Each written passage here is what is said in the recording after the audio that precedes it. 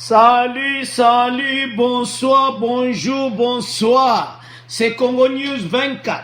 Nous sommes encore aujourd'hui pour vous présenter cette émission sur notre beau pays, la RDC. Comme d'habitude, toujours avant de commencer, nous disons merci à Dieu, nous disons merci à nos chers abonnés, téléspectateurs qui nous suivent partout dans le monde et en RDC. À l'ordre du jour, et Yindi Bandeko, Gabriel Kungu, Alobina Kabila, si rien ne peut empêcher Kabila d'être candidat à 2023, il ne faut pas oublier qu'il peut aussi être candidat prisonnier à la CPI. Et Zabo Boulou Bandeko, Gabriel Kungu Abouaki bombe. Balobi soki wana oyo Shadari alobi toko landa bandeko émission oyo eza somo toko développer yango pe toko solo la parce que maloba Gabriel Kungu eza na réponse oyo Shadari alobaki bako gagner be élection dans tous les niveaux ya lobi na bango soki rien n'empêche azala candidat en 2023 et il ne faut pas oublier qu'il peut aussi être candidat prisonnier de la CPI. Oh, et India. Et puis Shadari, kuna lisusa lobi ke bako gagner be élection dans tous les niveaux, alors toko développer une émission na biso. Et ça lisu ya koyinda entre Martin Fayulu et Moïse Katumbi. Fayulu a lobi accepter. Si vous acceptez poste de porte-parole, ça veut dire que vous acceptez président Félix Tshisekedi qu'il avait gagné les élections. Et awa émission oyo eza benda bika. Donc tokotila bino extrait ya Martin Fayulu oyo alobi pe oyo ya Moïse Katumbi. Moïse Katumbi lui il ye aye pona mbongo te. Bandeko ezali ya Koyinda chez téléspectateurs, Katumbi a dit que je suis là pour l'intérêt du peuple, soutenir la gratuité de l'enseignement, opposition républicaine, donc Ezamo Boulou. Alors, Martin Fayulu entre. Bangomi Balé de Ezamo Boulou. Alors, on développe une émission là-dessus. Et on va parler encore, il y a Est, parce que si ba bandi fa de se ba yindi si déjà alors ba on va lo ba kete bango moko ba ko sala attaque na armée américaine et puis ba voisin au émission passée d'expliquer qui ba voisin ba ko sala na ba poste frontalier alors to développer une émission là-dessus. Alors commençons avec le premier point. Oyo ezaya koyinda oyo ya Moïse Katumbi et Bangona Martin Fayulu. Commençons avec les premiers. Alors, commençons avec les premiers points. Martin Fayulu et Moïse Katumbi. Moïse Katumbi a déclaré au cours de son meeting tenu au stade Afia de Goma qu'il ne fait pas la politique pour de l'argent. Il vise plutôt l'amélioration des conditions de vie des Congolais. Il a lancé ce message alors qu'il commence une tournée en RDC. Je ne suis pas un opportuniste. Je ne fais pas la politique pour l'argent et celui qui peut me corrompre n'est pas encore né. Alobi ya salaka politique pour Nambongo. Mutu a corrompre na mbongo na botamiti. Wana ezali message de Moïse Katumbi. Tanga komaki na Goma, alors apesa ki message na ye. Ya ye politique pour na mbongo ti. Donc eza benda bika entre ye na Martin Fayulu. Boko yoka message à Fayulu.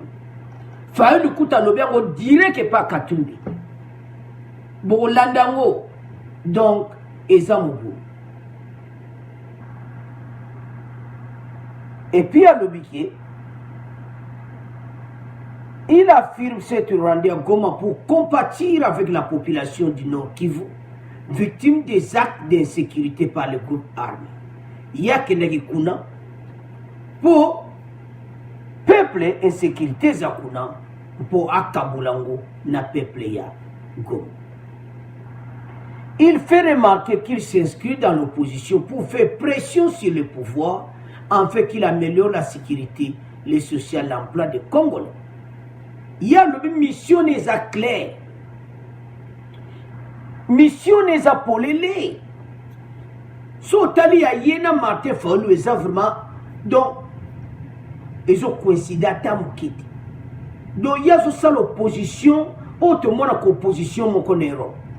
Opposition républicaine. Alors qui fait l'opposition pour faire pression, le gouvernement va améliorer sécurité sociale yaba congolais. Namisal. Notre rôle c'est de défendre vos intérêts, la gratuité de l'enseignement. Donc, Makamunyon so président Félix Asalaki ya lobi ke ya zo défendre que Makamwana vraiment salamandé président Félix Alobi. C'est ça les vraies oppositions. Et ça quoi Demboka. Alobi ya zana besoin mbongo te, mbongo ni na au PC. Katumbi lui ya politique pour na mbongo te. Kuna Martin Fayulu Abwaki. Alobi que Mouta Kondima poste à porte-parole et là qu'ici, président Félix va voter qui est Abimaki président.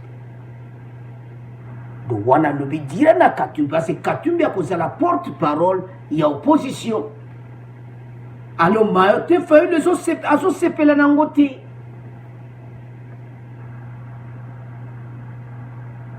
Alors Moïse Katumbi a dit ceci. Notre rôle, c'est de défendre l'intérêt du peuple, la gratuité de l'enseignement, les routes, les tracasseries. Il faut que la population ait du travail et un bon salaire.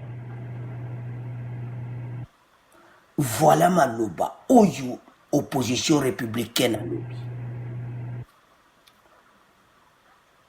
Yako Zala porte-parole de l'opposition.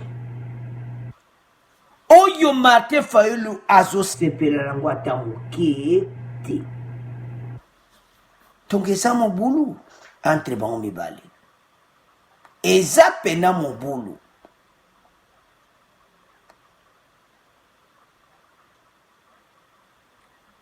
Alors avant de continuer notre mission, écoutons Martin Fayulu.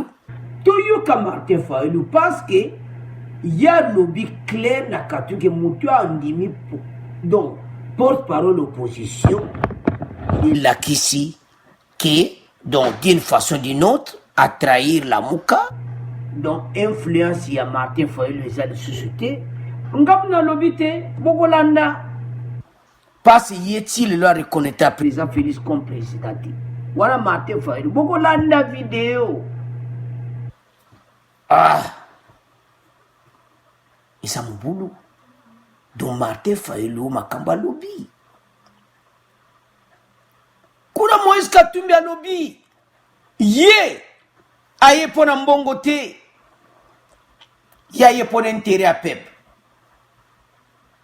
Kuna Martin Fayulu a lobby.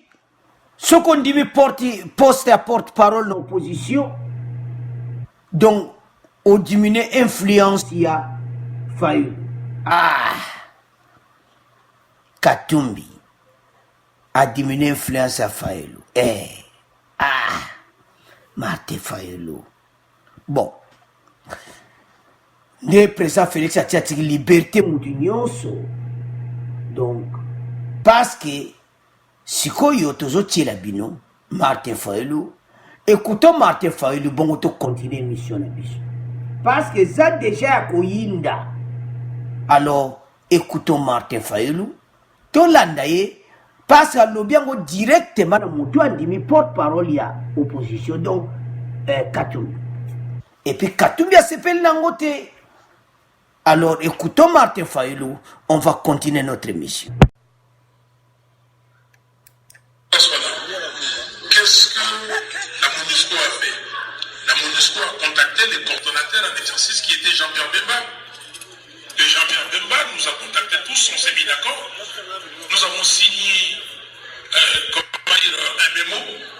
Nous avons signé, nous sommes convenus un mémo et nous avons demandé aux coordonnateurs en exercice celle de signer. Et nous avons envoyé une délégation. C'est ça la représentation. Alors, allez se complaire. Pourquoi? Parce qu'on va payer le porte-parole. Parce que vous voulez, accepter que Tshisekedi était élu. Accepter le poste de porte-parole veut simplement dire accepter que Tshisekedi a gagné l'élection présidentielle. Est-ce qu'il a gagné? Accepter le poste de porte-parole, sachant que Fayulu n'est pas dedans, veut dire réduire l'influence de Fayulu, mais ils n'arriveront pas. Alors, chers téléspectateurs, vous avez suivi Martin Fayulu. Parce qu'on va payer les porte-parole. Est-ce que vraiment Katumbi, salaire ou un porte-parole, est-ce que c'est vraiment bon et belé pour naïe? Parce que yebike, Katumbi a sa djana bon. Est-ce qu'on Fayulu a le pour le bafoutaï? Le handi maka pour un salaire? À vous de commenter. Ah! Et puis à lobby, que bangotan va signer qui mémo. Katumbi a sa coordinateur parce que Katumbi a sa coordinateur. Et je m'excuse, Jean-Pierre Bemba coordinateur. Il a sa coordinateur Jean-Pierre Bemba va signer en haut. Mais moi on y a signé en haut. Donc, va signer. Donc, selon Martin Fayulu, à Monique, ndenge Katumbi a son dit ma poste wana. Ils ont trahi bangona lamuka. À vous de commenter. Est-ce que vous allez leader l'opposition? Ils ont dit, mais c'est bien. Parce que vous avez télé même comme on a parlement. Donc Katumbi a lobby que ceux qui payent au lit qu'on s'engage à parlement. Katumbi va boire qui? Quand il n'a pas de député, nous n'a parlement. Parce que ceux qui ont parlement, pourquoi vous n'avez pas de député, nous n'a parlement? Job a député no bimana bangona parlement. Parce que je me souvenais, Etienne Tshisekedi, pauvre Atika Biso, que son âme repose en paix, oh lelo, opposition, abanaki opposition, Moutel Bosso. Alors, Etienne Tshisekedi avait dit ceci. Naba parlementaire naï que ba si j'étais na parlement takiyaza d'accord te mais Martin Fayulu sikoyo Jean Katumbi a lobi naï. Si vous ne voulez pas l'opposition, demandez à vos parlementaires babima na parlement parce que Etienne Tshisekedi alobaki na batunaye ba siégé na lera Kabila. De pobandi ma Martin Fayulu vraiment na sens wana oya zoloba y opposition ayeb se ba parlementaire ne ba siégé. Et Yindi Moïse Katumbi a dit ceci: si vous ne voulez pas l'opposition, alors prenez une décision que les députés n'aient sangana tena parlement. Alors, chers téléspectateurs, les amoureux entre Katumbi et Martin Fayulu. Vous avez suivi Martin Fayulu. Donc, message était directement à Moïse Katumbi. Kolongolate kobaksate. Kolongolate kobaksate. Et puis, ce que Moïse Katumbi a dit, et ça peut vérité, que ce qu'on ligne parlement te longola ba député no wana bazana parlement ba kenda kate le quoi yo Martin Fayulu kenda kate donc c'est clair et ça coup de makambo à gauche droite te et ça makambo à gauche droite te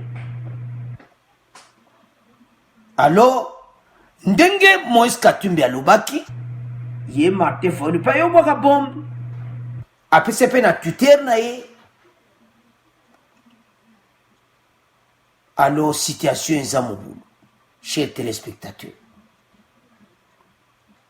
vous avez écouté Martin Fayulu il faut de commenter ndenga lobiwana et si on va vous payer les porte-parole accepter ça pour un paiement donc est-ce que Moïse Katumbi salaire wana ya porte-parole est-ce que il obéit le connu wana binoboka t'as passé Martin Fayulu lobby en bolandi on va vous payer bako futa bien sûr c'est mbongo wana yazo kene kuna pona mbongo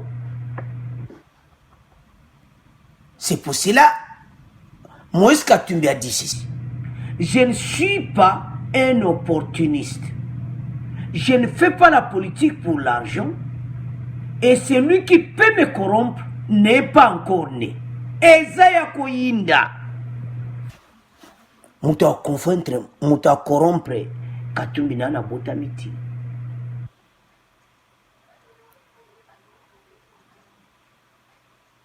Yango Katumbi ayebisi Martin Fayulu soki yoliko kena parlementaire.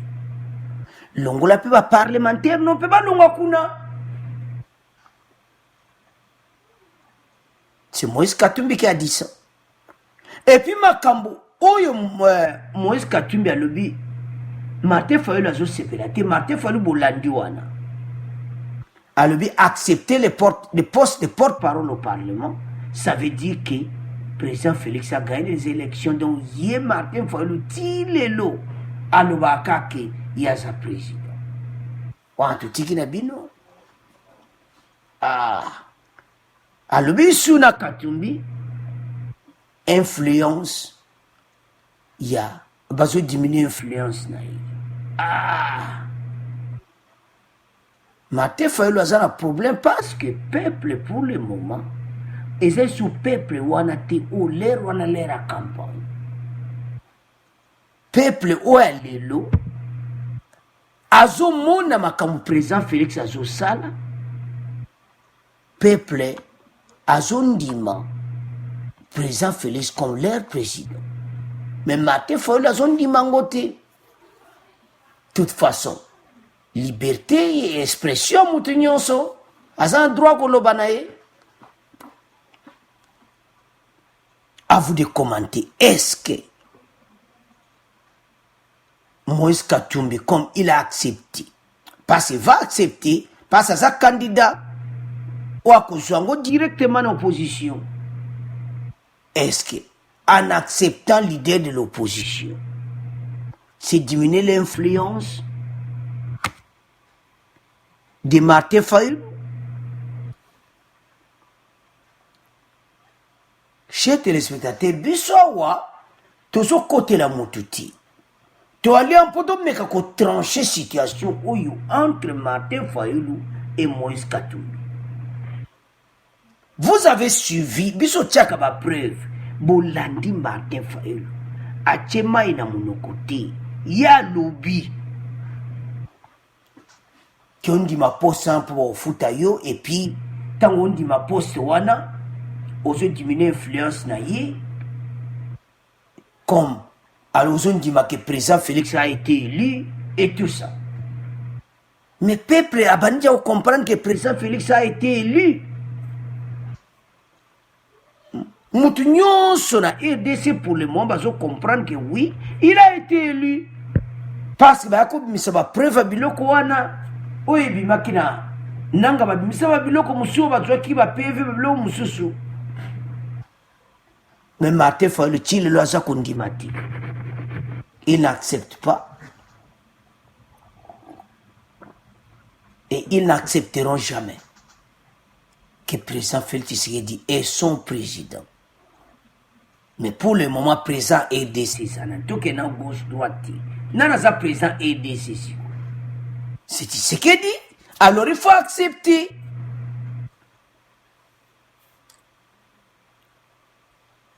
Il faut leur montondima. Je me souviens, catholique va opposer qui n'a président Félix Nebandeli. Et je me souviens que catholique avait dit un mot, que c'est lui qu'on va se confier maintenant. Pourquoi catholique avait dit c'est ça qu'on va se confier maintenant à président Tshisekedi? Pourquoi? Alors que Nebandeli catholique nous a dit que président Félix Abimaiza, bango ayebi candidat Abimaki Martin Fayulu. Pourquoi maintenant bango catholique a changé langage? Chers téléspectateurs, eza mon boulot dossier oui. Eza mon boulot. Alors, boyo kalisu makambo Moïse Katumbi alobi na meeting nae. Notre rôle c'est de défendre vos intérêts. La gratuité de l'enseignement, les routes, les tracasseries.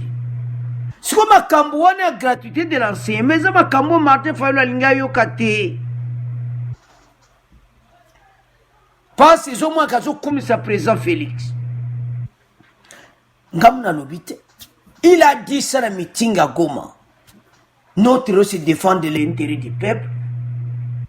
La gratuité de l'enseignement et ça la mandé président Félix à lobby.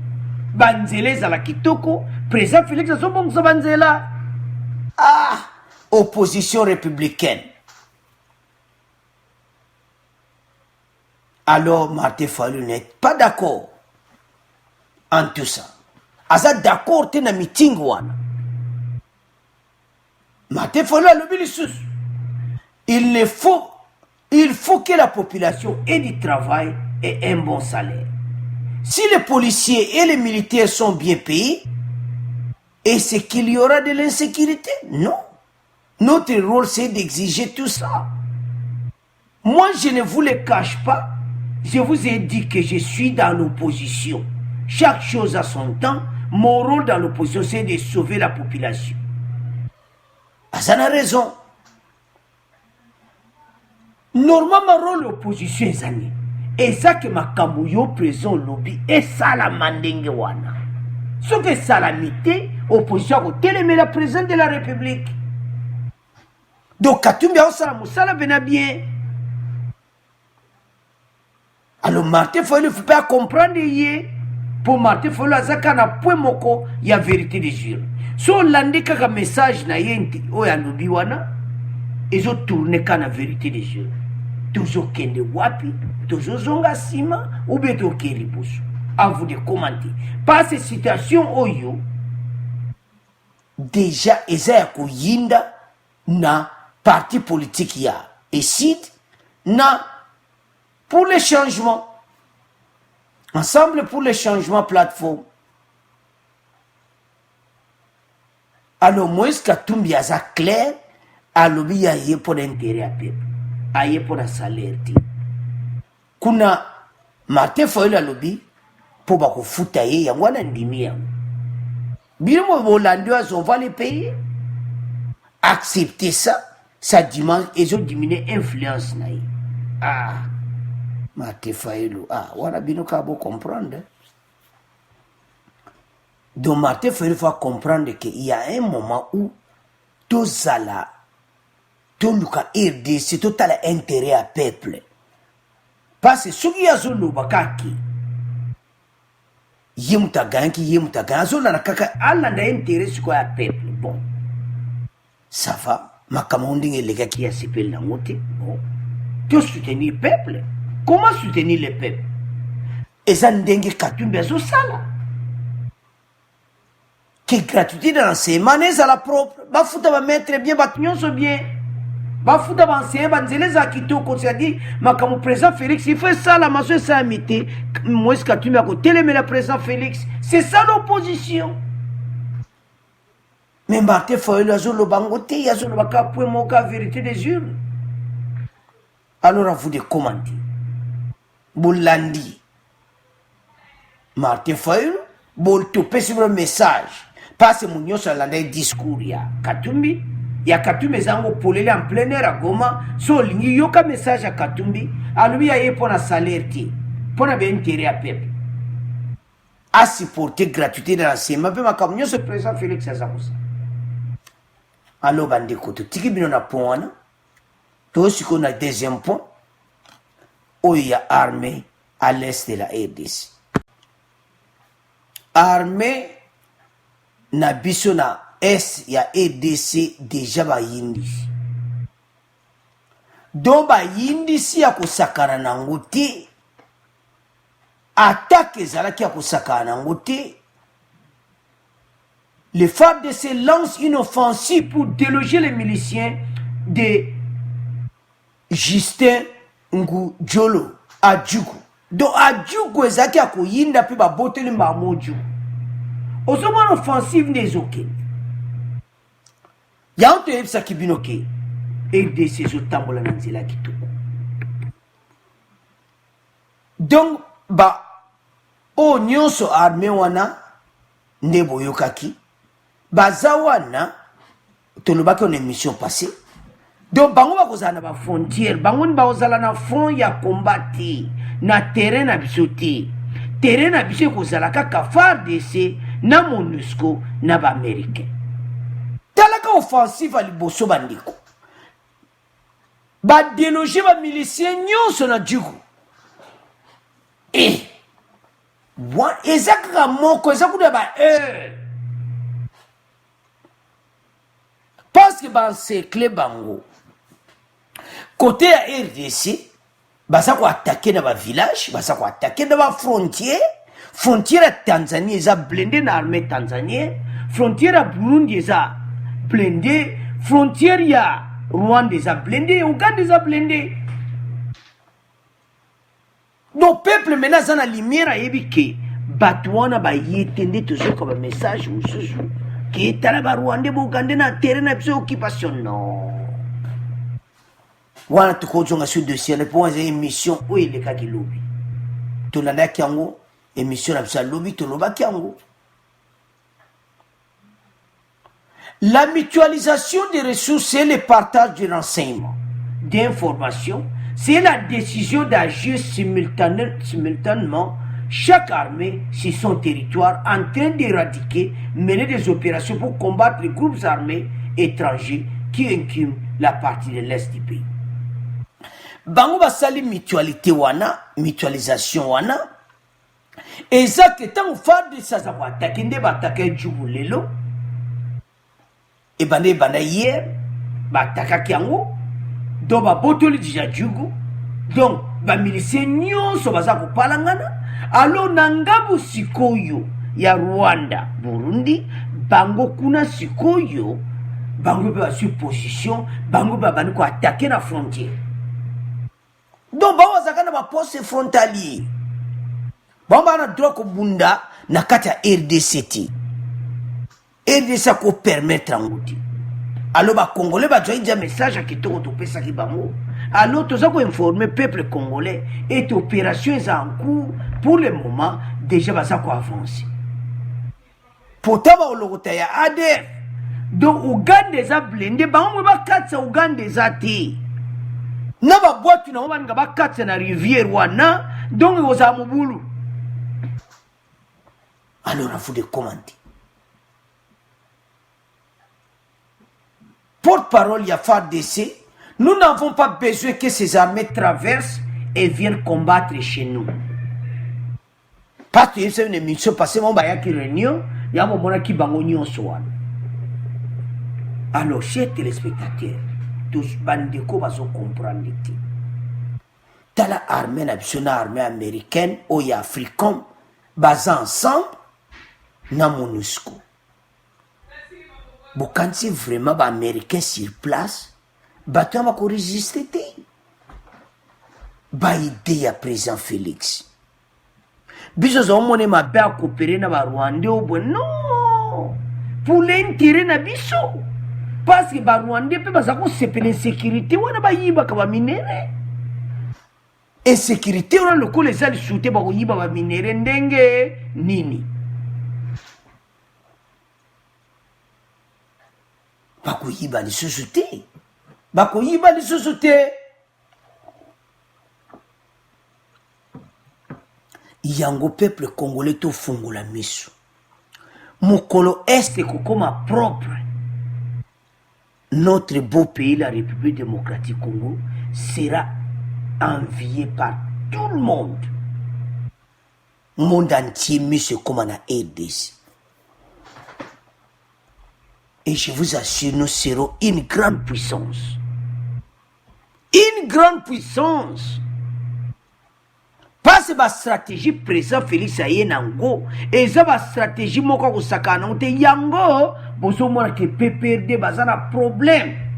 Wanto yana po na suka. Et puis nde to sabino déjà FCC za kupanzana. Mais wana zana po na biso suka. Odie se yindi kuna. Wana za po na suka. Siko to zana point que président Lobaki ke ya ko lala pongité soki est ya RDC ba komina kimiati.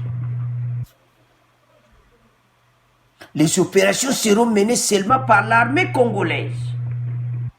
Ndebozo mona wana, donc armée na biso bazana position. Donc déjà bazana position moko, donc il y a victoire. Il y a victoire. Selon la FARDC, aucune armée étrangère n'entraînera les sols congolais dans le cadre de la force intégrée. Il a donné cette précision. C'était à Goma, au cours d'un point de presse. C'était à l'issue de la deuxième réunion des chefs d'état-major. Parce que vous réunion, tu faisais une mission à Liboso, ou les réunion à Liboso, bah vous ça sous réunion à Mibali. Réunion à Mibali, on dit bah lobby que bango bazana so, bah lobby on que aucune armée étrangère, aucune armée du Rwanda, Burundi, Tanzanie et Ouganda n'entrera sur le sol congolais dans le cadre de la force intégrée. Donc, bango ba ko sala kana ba frontière. Ba ko ya chemena na sol congolais ko bunda. Yango ba message ba tumusu bazo pesa, pays occupé, boy na boy, tala muna armée ba ye, tala sikoyo ba boy. Oh, bandeko toza wapi? To changer mentalité. Tous à l'ensemble. Tout ce peuple message à qui tout le peuple a un message à solo à ce qui se passe à l'est de la RDC. Les opérations seront menées seulement par l'armée congolaise, la MONUSCO et l'armée américaine. Mais par contre, ces armées vont être dans les zones contenues sur leur territoire, à la zone frontalière, chacune sur son territoire combattant la menace commune qui va d'un pays vers un autre. Il n'a jamais été question d'amener une expertise extérieure sur le territoire congolais pour éradiquer la menace. Donc, voici, on n'a jamais. On va attaquer na ngambu na bango. Bako tinde ba mitraillette na ngambu na bango. Pour Batouana bakomi na kati sanga lokolo tolo bazingi bango anga kima Tanzania armée Tanzania bazana frontier anga kima Rwanda armée Rwanda bana frontier anga kima Uganda non. Félicitons le président Félix Tshisekedi au tuer sa stratégie naïe. Un président très sage à l'autre au singa ba congolais tous à l'ensemble tous supporter Moutounion aussi ma présent Félix. T'as la FCC Panzani. PPRD a kumolo wakibazaka na 120. Mais il y a zaolo walibosoka 120 députés wana. Azaolo bangote. Mais wana toujours yana pour wana. Passe bazo mona. Soki est kwene comme calme. Kabila zana problème sérieux.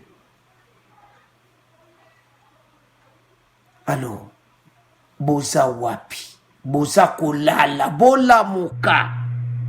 Bola muka, peuple congolais ou alali. Soutenons le président de la République. Armée n'a pas gagné et tumba oyo. Parce que j'assure qu'il y avait présence américaine si manabango ko peut son directive. bakolonga munguna très facile. Hélicoptère bozomona oniwana ya pembe eza hélicoptère de combat ba américain baena ngwebele donc kuna peneza ya koyinda. Alors à vous de commenter na deuxième point que armée na biso bazozwa dia ba village basi ba Djugu. Alors offensive ezaki ya kosaka na mote. Alors à vous de commenter to qu'est-ce qu'on a pour la suka oyo pomi mboka oyo Gabriel kumwanza lobiete Kabila na CPI toke na troisième point. Alors troisième point na biso za oyo le kana PPRD makelele a PPRD mais va dire réponse moto benga en réponse de frappe. Avant de nous réponse soit de frappe, Chadari a dit ceci: nous avons 37 sénateurs, 15 gouverneurs, 120 députés nationaux, c'est l'œuvre de Kabila. Azokumisa Kabila, au monde continue à lati Kabila. Donc Azokumisa Kabila, pona bango, Kabila de retour. Kabila de retour, oui. O lati kotuana Kabila yango Gabriel Kumonza a panzi bango alobi penza donc mabe alobi pena mabe. Antoine Gabriel Kungua Kumonza, allié stratégique de Félix Tshisekedi dans la région du Katanga, accuse le clan Kabila de bloquer la machine en envisageant le retour de l'ancien président de la République sur la scène. Donc, clan wana, basa kotinga batiaka moi des autres messages que Kabila de retour. Donc, ba message wana, oto bengaka distraction. Écoutons Gabriel, Antoine Boyo Gabriel Alou. Ils ont régné pendant 18 ans. La communauté internationale se rappelle de ce que le régime sortant avait fait à un vice-président de la République pendant leur règne. Félix Tshisekedi n'a même pas encore totalisé une année à la tête du pays. Aussi dire qu'il n'y a rien l'empêche de revenir à 2023. Mais il peut être aussi candidat prisonnier de la CPI. Alobi lo monte ko freiner azala candidat. Wana Chadari azolo. Parce que message vous pas Kabila directement. Et le monte ça ko empêcher bango yé. Kabila a posé candidature. Est-ce qu'il y a quand ça quoi pour changer constitution? Assemblée nationale est comme blindée. Parce que va perdre déjà majorité dans l'Assemblée nationale. Président Félix Akuna ba liende au mona Gabriel Kungo Biyepe au parti naïe INAFEC, Union des nationalistes fédéralistes du Congo, va comme allié à président Félix. AFDC est allié, bango bozala sima président Félix. Soko sanksi bango nyoso na PPR d'atira na 120 députés. C'est 500 députés. Yo yaka siko changer de constitution. Yaka. Katumbi pe kuna leader de opposition. Yo yako changer. Et ça mon boulot. Yango to me ma peuple un message qui to parce que oyo ezo là ça clairement ba yo si Kabila. Si rien ne peut être empêché Kabila d'être candidat en 2023, il ne faut pas oublier qu'il peut aussi être aussi candidat prisonnier de la CPI. En tout cas, Tato Azamatata. Tata Gabriel yo pendo nyati yango. Tata Gabriel alobi qui a un candidat prisonnier et le monté quoi empêcher le coup les a quoi empêcher à un candidat à la présidence et le monté peut quoi empêcher à la candidat à CPI ah ngam na lobité bolandi bino moko yem ta lobi Antoine Gabriel Kungu Kumwanza donc Kumwanza muta lobi le quoi l'homme monté a empêché Kabila de revenir à 2000, mais il peut être aussi candidat prisonnier de la CPI.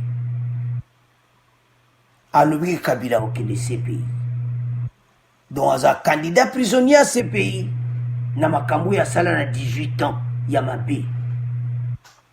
Abombita lobia.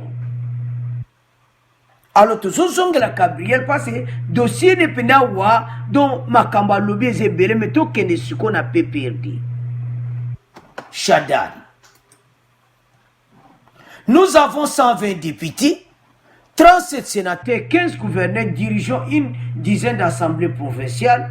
C'est le fruit du travail politique du président national de notre parti, José Kabila Kabange. Pour 2023, il ne se cache pas. Alors, Toyoka, message à PPRD, bon, tu continues mission à mission.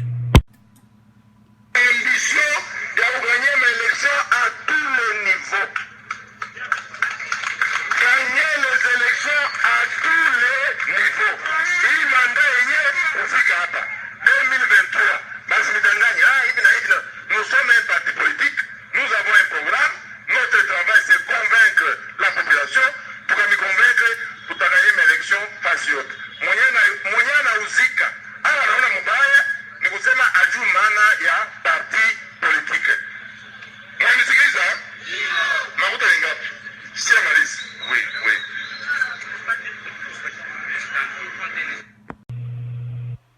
Alors, chers téléspectateurs, vous avez suivi Chadari. Pour 2023, il ne se cache pas. Nous avons l'ambition de gagner les élections à tous les niveaux. Nous sommes un parti politique. Nous avons un programme.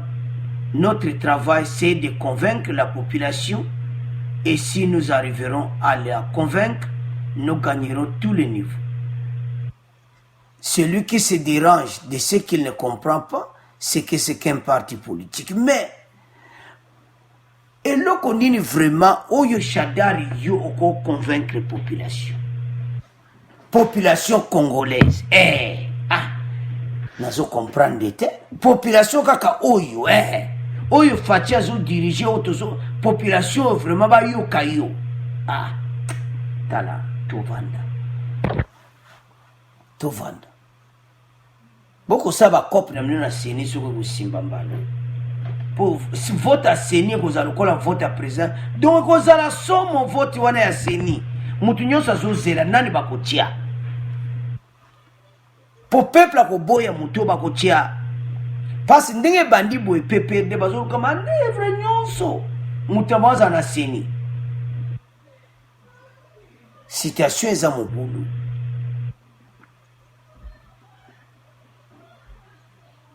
Parce que ceux qui vont gagner,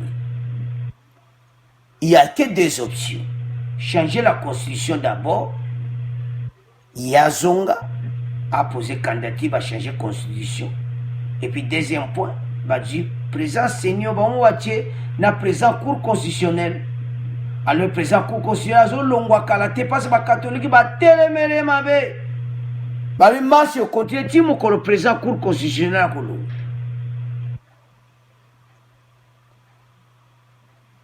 Alors, ozo le kamenana PPRD Zamouboulou parce que FCC Panzani.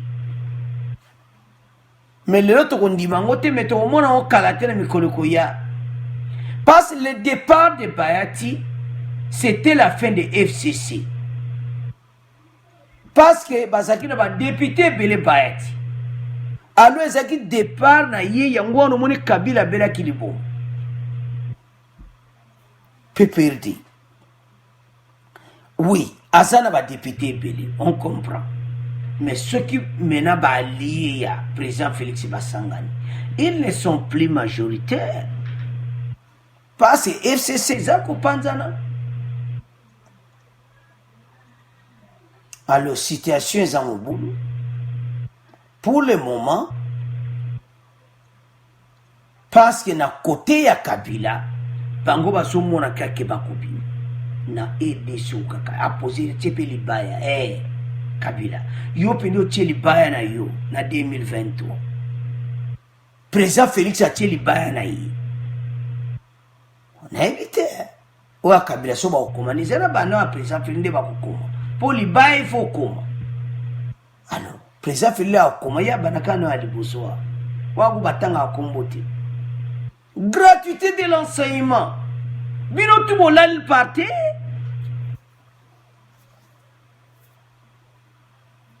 Yango Kabuya ya IDPS Atuni Shadari aye bisaena mboka na bango nini bazana gratuité de l'enseignement na village nini ya yi Shadari so bazana gratuité de l'enseignement. Présent donc position président Félix Azal Lelo tala makambo azo sala passe eza en cours jour ekosi la ba train wana esili ba grande vitesse bamboka na biso ekona babisa kitoko makambo nyonso ba projet agriculture oyo Serbie baza koya parce Serbie na Russie bazoya programme agriculture epa na biso parce président Félix apesi priorité agriculture. Atie coup de minerai après en que minerai ça peut pas bon na se utaka mais atie priorité agriculture t'investir dans agriculture c'est un secret moko peuple a kolia na biloko yemo donc tu peux importer les soutes c'est comme la Chine avait fait boyebi na ba ne le kaka kala Chine a sala kike a importé le sué loko te biloko yemoko mais le otaba chinois grande puissance yango au président Félix Ngasala que agriculture comme de base alors biloko tout président Félix zo sala niveau PPRD zo sapena mobulu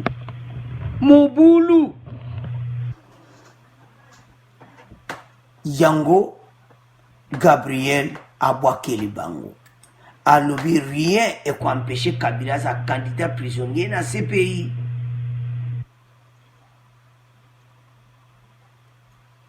Pour lui, le bilan de l'ancien régime est sobre et ne peut permettre, a dit-il, son retour aux affaires. Donc, bilan de Bango est appelé sombre. Et qu'on permette jamais Kabila opposer candidature. Wana Gabriel Koumwanza, ils disent être à la base de la gratuité de l'enseignement de base. 18 ans, ils n'ont rien fait pour y arriver et y penser revenir au sommet de l'État. Avec quel bilan? Gratuité de l'enseignement, président Félix Yangoana. Et puis le Zonga Siko au sommet de l'État. Na quel bilan peuple a voté? Ah, ka peuple congolais, libaya Kabila tango tchaka ba komika ake. Libaya makilati, ezama maboma, tezama libaya batu ya boma batu. Soto banolo ba awa, ezama bulu. Mais tolingi na biso c'était pour peuple ayebi na ye. O nyonso mabe Kabila salaki.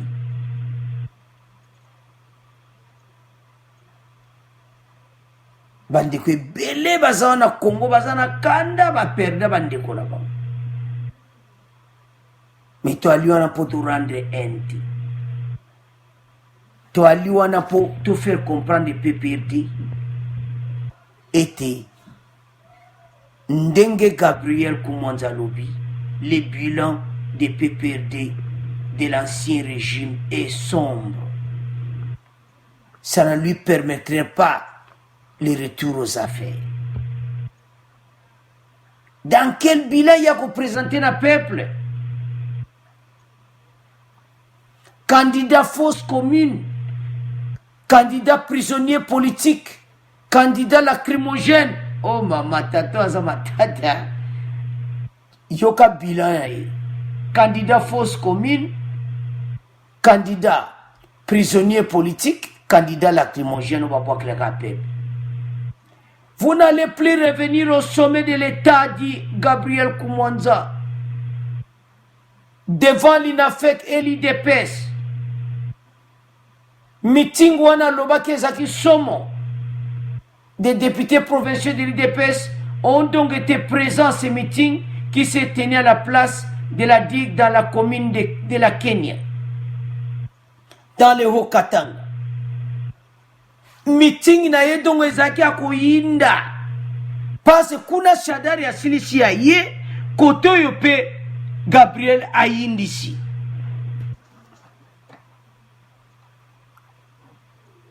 Dauphin na ya tiaki Shadari abimana combien de pourcentage?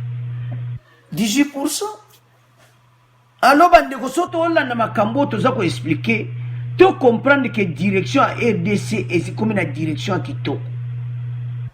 Oh, tu biloko yo peut perdre bazoya nango eza ba provocation moko inutile. Inutile. Ils se sont même affrontés vendredi dernier. Bolanda, Gabriel Koumanza Lobiboy.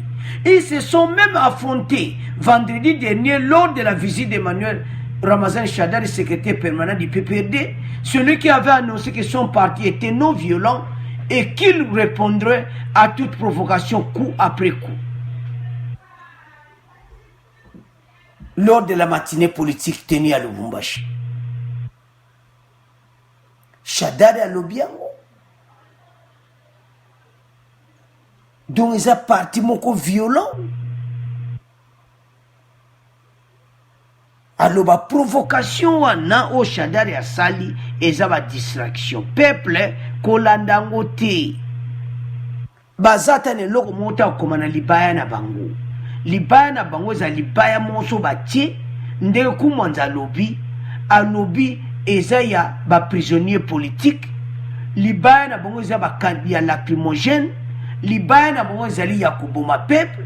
Libaya na bango eza ko détruire RDC. Libaya na bango bakokoma bazo yiba mbongo nyonso ke na kesa leta te kera ba poche na bango. Ba ministre nyonso Kabila ba vimi mabumu. Mbongo nyonso kera ba ministre Kabila. Yango Koumanza alobi mabe. Et puis kaka après meeting à Shadari matinée politique Koumanza leki alobi Abi Kabila akozala candidat prisonnier na CPI. À vous de commenter bandeko. Et ça ya ko yinda et si yindi donc tozoye batendenge nini masolo e ko kende. Alors à vous de commenter. Namaloba ya Koumanza te yaza candidat na CPI. À vous de commenter. Namaloba Shadari ke bango bako gagner élection en 2023. Alors to leki sikoyo na résumé mission na biso to komi na suka. Alors chers téléspectateurs, toujours résumé mission na biso. Na résumé mission na biso toujours loba. Premier point loba entre Martin Fayulu et Katumbi. Donc bolandaki vidéo wana ya Martin Fayulu asepela kitende Katumbi adimaki poste wana. Alors ya sepela kina muti. Alobete kondima poste wana eza lokola ke abuki mibeko na bango oyo basinyaki. Alors et puis ekitisi Martin Fayulu et moi lokola ke président Félix a gagné l'élection. Wana eza premier point. Alors deuxième point téléphone armée na biso. Armée die ba komo zo ba village donc attaque bandaki déjà zaki a Rwanda. Alors puis ba lubete armée étrangère ba kozaka na ba frontière. Alors ezaki a Rwanda kuna déjà avancement zaki kitoko kalate est kozala bena donc kitoko. Et puis point na suka eza au retour de Kabila était Kabila ngai o Libaya ba tu Libaya ngo ezala ni to libaya na ye kozala mobulu kumwanza apanzi mabe alobi penza mabe kumwanza Antoine Gabriel donc alobi na ye présent inafek apesi meeting après matinée politique na bango alobi ete candidat prisonnier na CPI wana Kabila et puis na libaya na bango kozala kaka makama koboma batu na ya bakandidat lacrymogène ya kokangaka batu et puis FCC eza kopanzana parce que karaté kozala officiellement base pour le moment muta koloba ya ye moko et je bazoloba sur la plateforme ete alors eza mobulu. Alors à vous de commenter na bapo nyonso de discuter. Merci na nde bolandi émission oyo tosepeli mingi nde bolandi mpe tosepeli mingi na bacommentaire na bino bocontinue mpo nango et puis tosepeli mingi topesi bino merci. Abonnez massivement. Au revoir, à la prochaine.